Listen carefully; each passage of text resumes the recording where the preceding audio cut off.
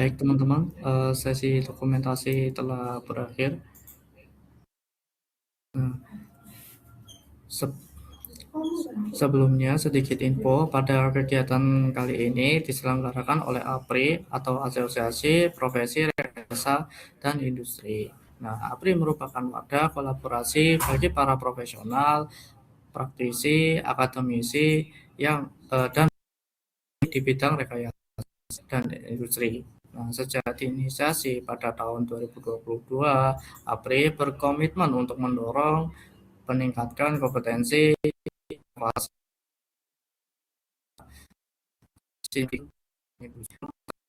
teman yang pengen tambah banget bergabung menjadi anggota APRI. Info selengkapnya bisa dicek langsung website apri.id.org yang tertera pada kolom chat ya teman-teman di situ. Baik,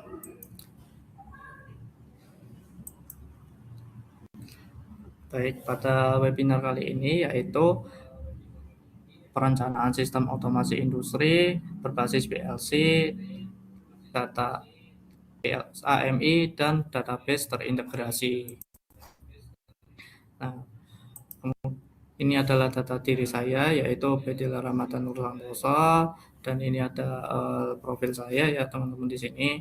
Ada mulai dari pembuatan kapal tanpa awak, desain navigasi, kemudian ada desain panel. Nah, untuk desain sertifikat saya itu dari workshop on design pada kapal tanpa awak itu pada di Institut Teknologi 10 November. Nah, kemudian untuk sertifikat kompetensi ini dari BNSP resmi ya teman-teman. Nah, kemudian untuk program kreativitas mahasiswa saya pernah mengikuti PKM yaitu PKM KC teman-teman. Nah, untuk sertifikat saya ada sertifikat student internship. Nah, untuk pengalaman saya kerja saya itu di sini adalah PT Rezeki Mekanik Indonesia sebagai instruktur PLC dan mekatronik tahun 2025 sampai sekarang. Nah, untuk dari PT Vortex Solusi Integrasi itu mulai tahun Januari tahun 2024 dan Juni sampai Juni tahun 2024. Nah, itu saya sebagai software engineering. Kemudian saya pernah mengikuti freelancer pada tahun 2022 dan 2023 sebagai mekatronik engineering. Nah, tentang dokter mekanik akademi sendiri itu apa? Nah, jadi dokter mekanik akademi itu lembaga pelatihan di Indonesia yang terdaftar sebagai LPK dan LKP ya teman-teman.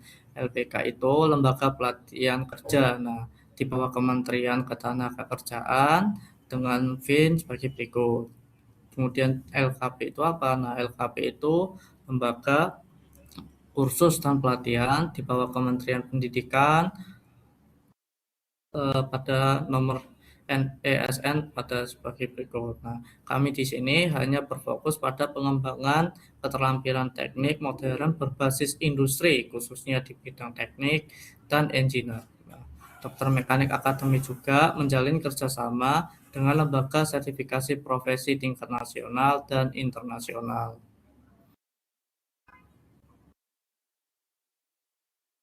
Baik, kita langsung saja mulai dari materi webinar pada kali ini, yaitu latar belakang. Pada latar belakang ini, era industri saat ini proses produksi tidak hanya dituntut untuk berjalan, tetapi harus berjalan dengan cepat, akurat, dan dapat dipantau secara terus-menerus.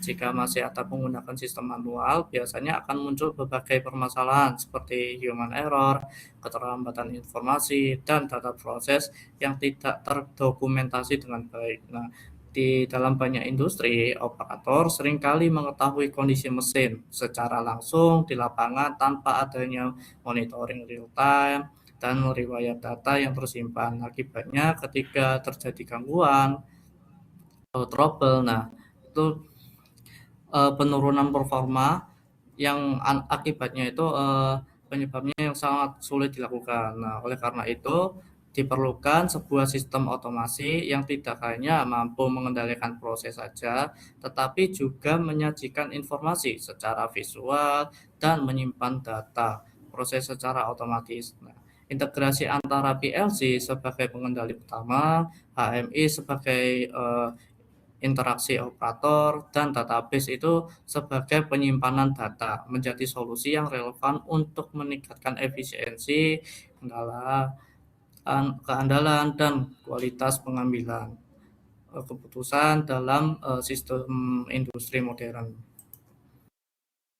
Nah, untuk tujuan perancangan sistem itu, pada perancangan sistem ini tujuannya utamanya adalah membangun sebuah sistem otomasi industri yang saling terintegrasi, mulai dari level kontrol, monitoring, hingga penyimpanan data. Nah, PLC itu biasanya digunakan sebagai pusat pengendali proses yang bertugas sebagai pembacaan input dari sensor dan mengontrol aktuator. Nah, di sini PLC ini sebagai pembacaan input dan juga sebagai pergerakan aktuator. Seperti misalkan membaca input dari sensor proximity, nah maka eh, outputnya berupa apa? Misalkan konveyornya berjalan maupun berhenti secara otomatis. Nah, kemudian HMI sendiri itu dirancang agar operator dapat memantau kondisi sistem secara real time, sekaligus memberikan perintah seperti start, stop, atau reset tanpa harus berinteraksi langsung dengan mesinnya.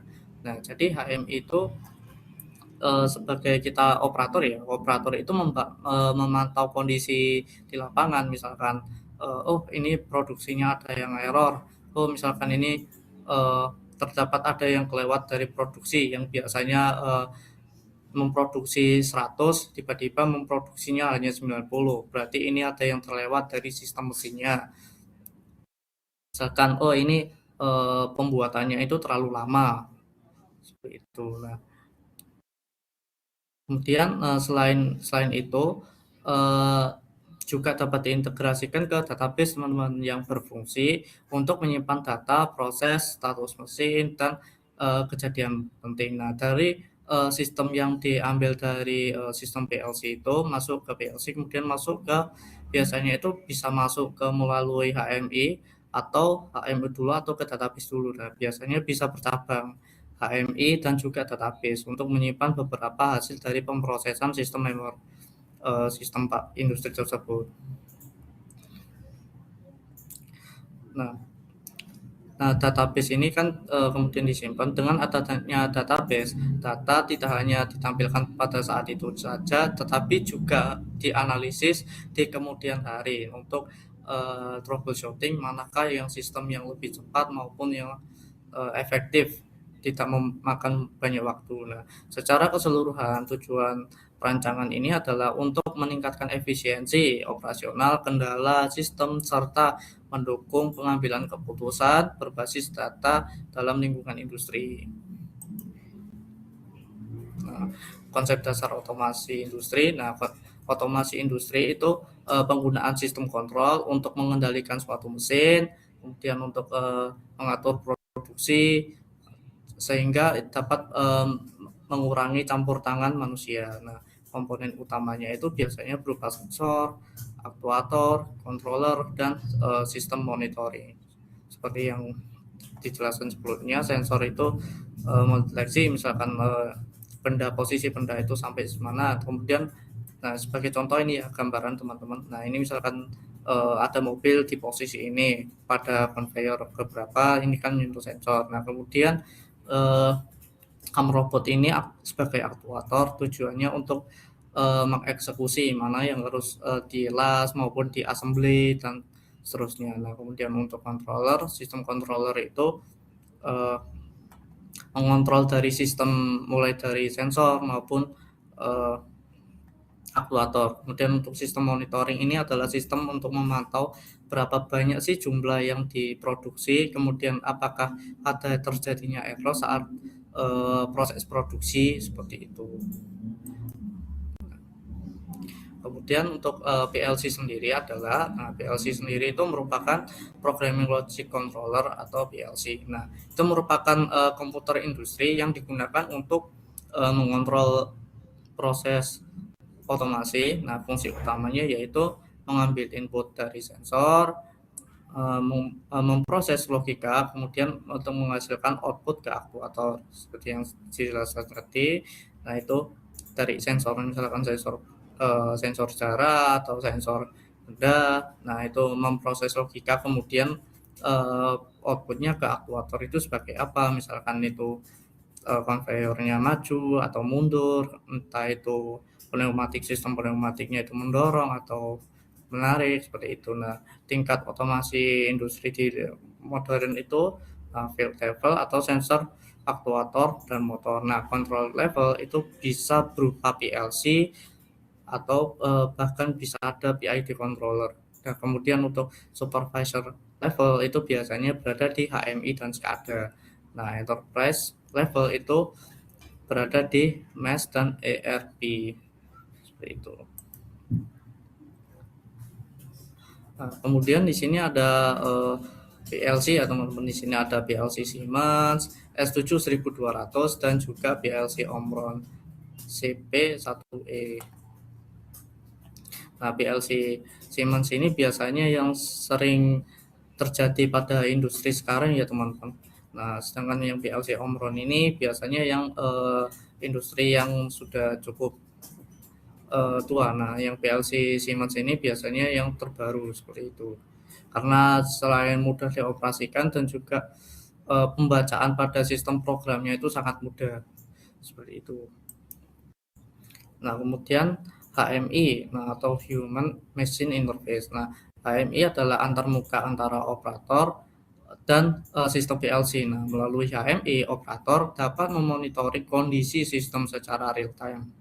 Nah, dan dapat melakukan kontrol seperti start dan stop mesin. Nah, fungsi utamanya itu tentu saja memantau dan mengambil data secara real time.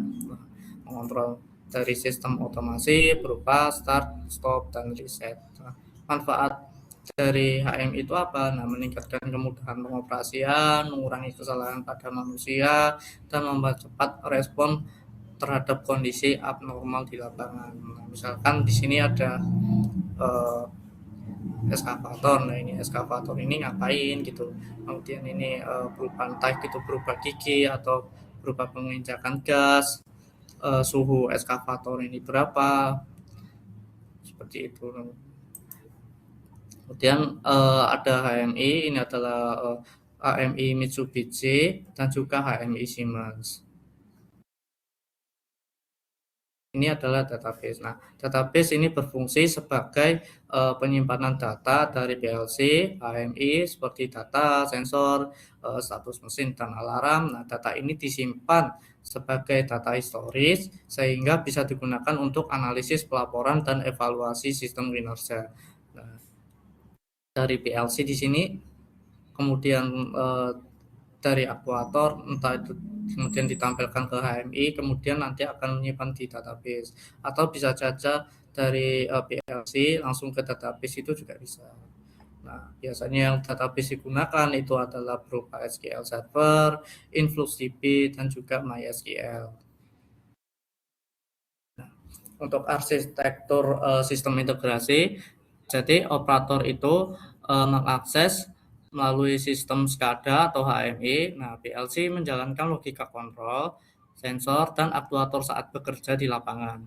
Dan semua aktivitas tersebut akan dicatat ke database sebagai log atau audit trail. Nah, jadi ini ada sistem sensor aktuator, misalkan sistem sensor aktuatornya itu memproduksi atau segala macam. Nah, kemudian ini datanya itu bisa berupa PLC di sini.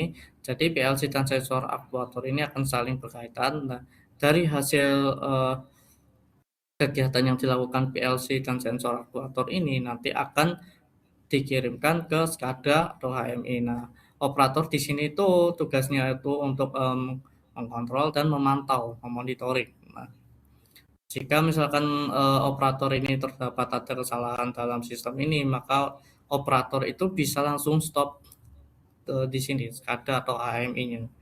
Nah, setelah di stop, nah kemudian nanti PLC dan sensor aktuatornya ini akan berhenti. Nah, dari data ini nanti akan masuk ke SCADA HMI.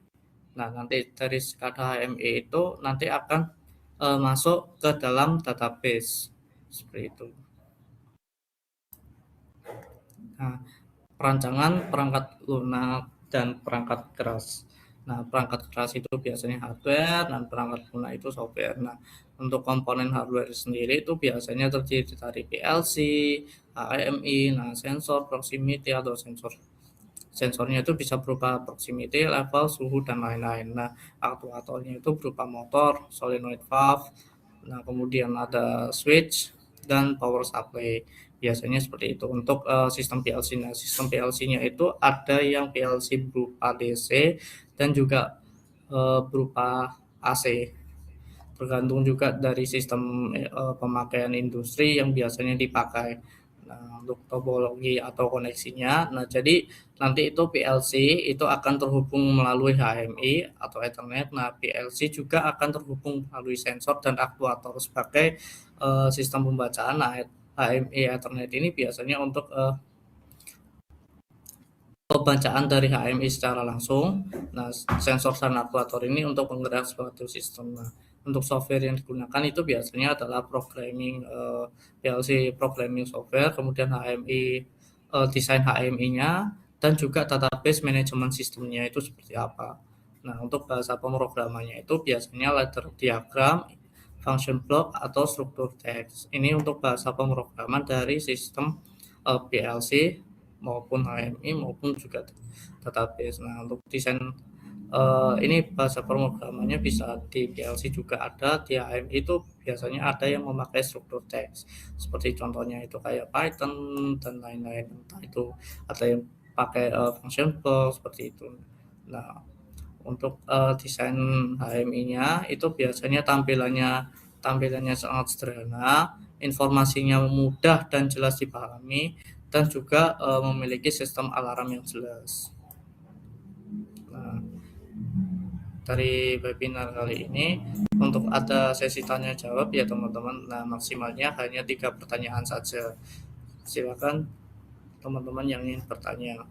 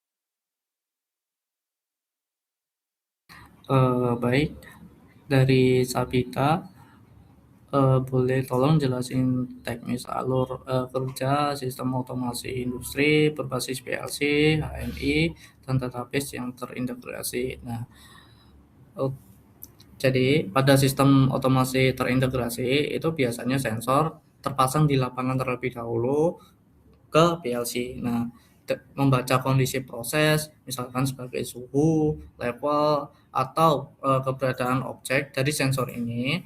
kemudian masuk ke dalam PLC dari hasil dari instalasi sensor maupun aktuator ke PLC. Nah, PLC ini tujuannya itu membaca sensor dan juga memproses data, memproses pergerakan yang ingin dihasilkan. Misalkan masuk sensor masuk ke PLC itu sebagai modul input. Nah, kemudian PLC itu kemudian memproses data tersebut berdasarkan logika program yang telah dibuat, misalkan menggunakan ladder diagram. Nah, hasil pemrosesan PLC digunakan untuk mengendalikan aktuator seperti motor atau solenoid valve.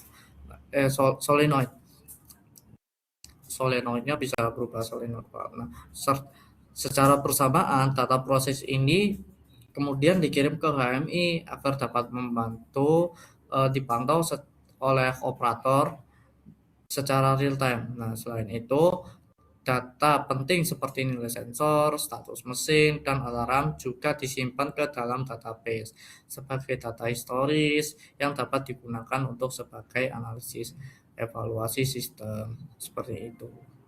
Mungkin apakah ada pertanyaan lagi? Masih ada sisa 2 pertanyaan.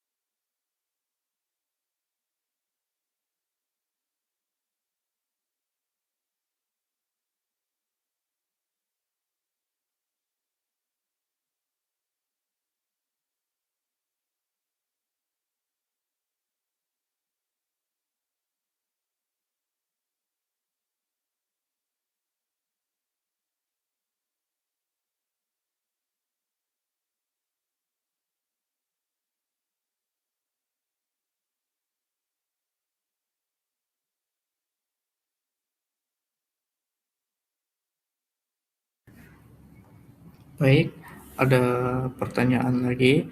Nah, sejauh mana peran database eh, dalam meningkatkan efisiensi monitoring, pencatatan data, dan pengambilan keputusan di sistem otomasi industri. Nah, sejauh mana peran database dalam pengambilan dalam sistem otomasi industri ini sangat krusial karena database tidak hanya berfungsi sebagai media penyimpanan data tetapi juga sebagai fondasi utama dalam monitoring, pencatatan, dan pengambilan keputusan dari sistem berbasis data. Nah, dalam aspek monitoring, database memungkinkan data proses yang berasal dari PLC dan ditampilkan pada HMI yang bersifat secara real time. Nah, tetapi juga terekam secara berkelanjutan. Nah, kemudian dengan demikian itu operator itu mampu maupun dari engineering dapat melihat kondisi sistem tidak hanya pada saat itu saja, tetapi juga membandingkan kondisi saat ini dan sebelumnya untuk, di ke depan hari. Nah, hal ini sangat membantu dalam mendeteksi tren atau anomali atau penurunan performa, sistem mesin yang mungkin tidak terlihat jika hanya mengandalkan tampilan secara, real time di HMI. Nah, dari sisi pencatatan data, database berperan sebagai penyimpanan data historis yang terstruktur seperti data sensor, status mesin, waktu operasi, serta kejadian alarm. Nah, pencatatan otomatis ini menghilangkan ketergantungan pada pencatatan manual yang rawan kesalahan pada manusia. Nah, data historis ini yang tersimpan dengan baik juga berfungsi sebagai log atau audit trail yang sangat penting untuk evaluasi sistem penelusuran gangguan serta kebutuhan dokumentasi industri. Nah, selanjutnya dalam pengambilan keputusan database itu biasanya itu menjadi sumber informasi utama dapat dianalisis untuk mendukung keputusan teknis maupun manajerial. Nah, data historis ini dapat digunakan untuk menganalisis efisiensi proses, menentukan jadwal, perawatan mesin secara preventif, serta mengidentifikasi penyebab utama terjadi gangguan atau downtime. Nah, dengan keputusan yang didasarkan pada data aktual, historis, risiko kesalahan dapat dikurangi dan efisiensi operasional dapat ditingkatkan secara signifikan.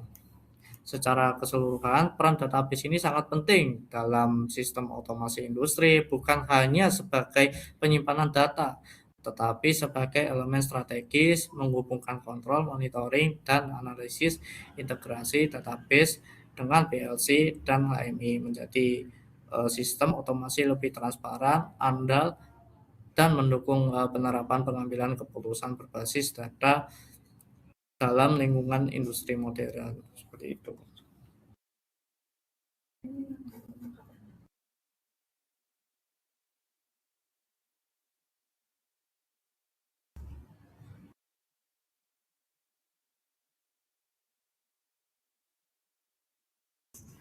Baik, dari Roy Hasan, apakah ada pertanyaan?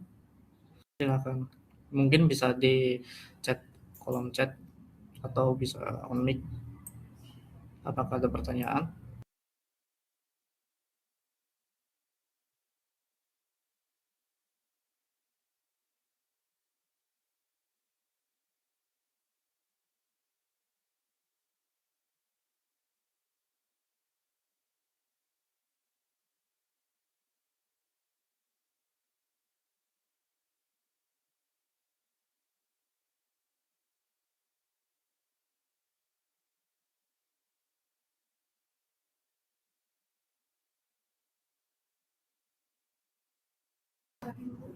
Baik, jika tidak ada pertanyaan, maka teman-teman bisa mengerjakan course.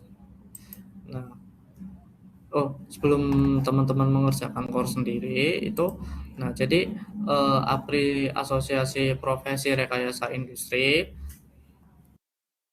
itu sedikit informasi tambahan ya teman-teman. Nah, APRI secara rutin itu menyelenggarakan webinar, diskusi, keilmuan, serta program meningkatkan kompetensi dan sertifikasi yang dapat diikuti oleh para anggotanya. Nah, kemudian dengan bergabungnya sebagai anggota APRI, teman-teman bisa mendapatkan banyak benefit mulai dari akses webinar, bahkan menjadi narasumber dan diskusi yang relevan dengan kebutuhan industri, memperluas jejaring sosial, profesional lintas bidang. Nah, hingga kesempatan mengikuti pelatihan dan sertifikasi kompetensi.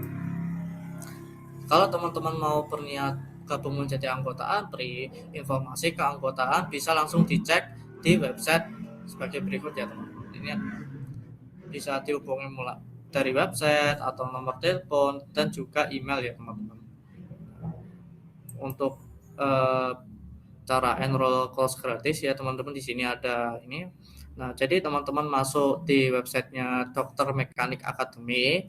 Nah, kemudian teman-teman klik login terlebih dahulu di sini. Nah, kemudian teman-teman masukkan email dan paspor. Nah, jika belum ada, silahkan daftar akun terlebih dahulu. Bisa pakai akun Google dan sebagainya, teman-teman. Nah, lalu untuk cara enroll course gratis, nah jika teman-teman sudah daftar sebagai Dokter Mekanik Academy, ada course gratisnya juga teman-teman. Nah, di sini teman-teman tinggal klik Engineer Course. Nah, kemudian ada tampilan seperti ini ya teman-teman. Nah, teman-teman bisa pilih ini course gratis. Nah, bisa klik lihat di sini. Nah, kemudian di sini teman-teman akan diarahkan dengan tampilan seperti ini. Nah, jika ada tampilan seperti ini, teman-teman bisa cari kelas seperti ini, Mas. Memasukkan kata dasar PLC dalam simulasi otomasi industri. Kemudian teman-teman klik ini ya, klik lihat, langsung enter. Nah, kemudian di sini kan sudah muncul. Nah, kemudian teman-teman klik pelajari sekarang. Nah, cara enrollnya itu teman-teman klik enroll saja. Nah, nanti teman-teman akan diarahkan ke isi materi dari course tersebut. Seperti itu. Nah, untuk link course-nya langsung bisa menuju ke sini, teman-teman bisa lihat link course sebagai berikut. Baik, untuk agar jaringan teman-teman bisa mengerjakan dengan baik dan lancar, mungkin saya akhiri dulu pada webinar pada siang kali ini. Sekian dan terima kasih. Wassalamualaikum warahmatullahi wabarakatuh.